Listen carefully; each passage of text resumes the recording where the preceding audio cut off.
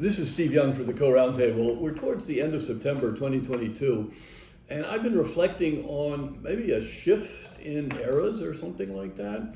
I have a perception over the last several months that the sort of popularity or crowd resonance with this concept of ESG is on the wane.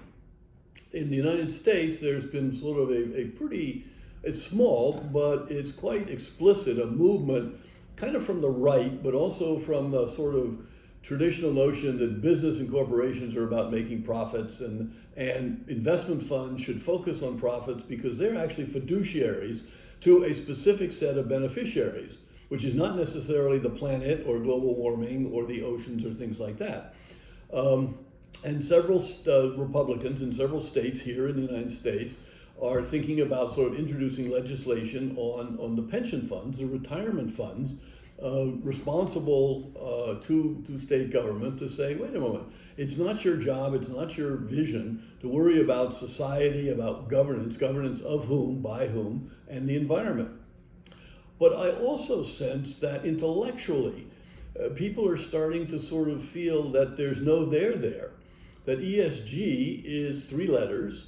The environment is fairly clear, but the environment? Well, that's huge. I mean, is it just global warming? Is it oceans? Is it trees? Is it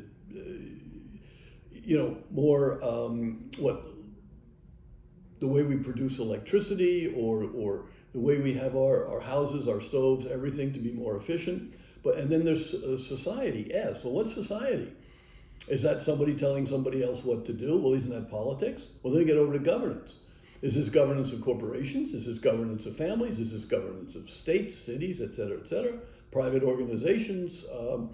It's not clear. So I'm sensing that we've entered kind of a period of vacuum where the old vocabulary isn't used so much anymore. Business ethics, corporate social responsibility, sustainability, ESG, inclusive capitalism. We talk about moral capitalism.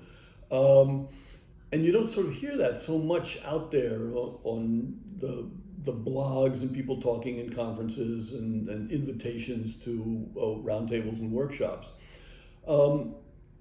It's like we're in an interregnum. A king is dead, but we don't have a new king or queen.